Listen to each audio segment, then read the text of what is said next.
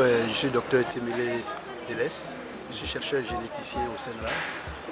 Je travaille dans le programme Planter Banane Ananas. Et là, je vais vous présenter les recherches que nous faisons au niveau de la banane. Alors, ce que vous voyez ici, sur cette photographie, nous avons l'évolution de l'amélioration de la banane depuis les variétés sauvages avec des bananes, avec des fruits, avec des graines. Au fur et à mesure qu'on avance dans la création variétale, on cherche à créer des variétés qui n'ont que de gros fruits, qui n'ont pas de graines dans les fruits.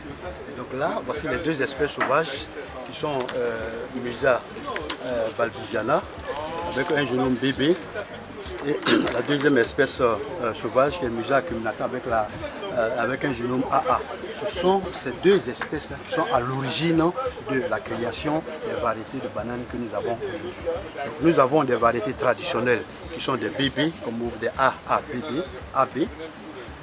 Et ces variétés traditionnelles sont sensibles à une maladie qui est la cercosporiose qu'on retrouve partout dans les zones de production de bananes plantées. Donc l'objectif aussi de l'amélioration variétale, c'est de créer des variétés qui présentent un bon rendement et qui ont une résistance à la cercosporiose, qui est cette maladie-là, qui détruit carrément les feuilles des bananiers, qui fait de telle sorte que les fruits n'arrivent pas vraiment à se remplir.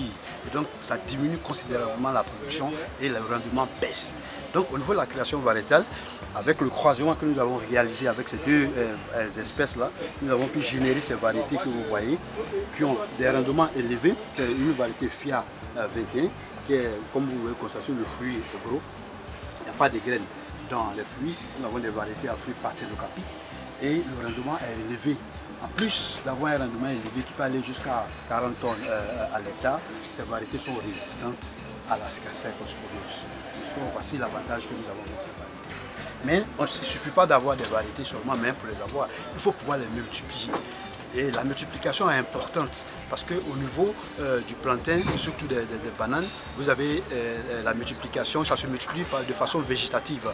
Et en une seule année, un seul plant peut produire 2-3 régis et c'est insuffisant. On ne peut pas accroître la productivité, on ne peut pas accroître les champs, l'espace cultivable avec ça. Donc, il faut créer des systèmes de production de matériel végétal.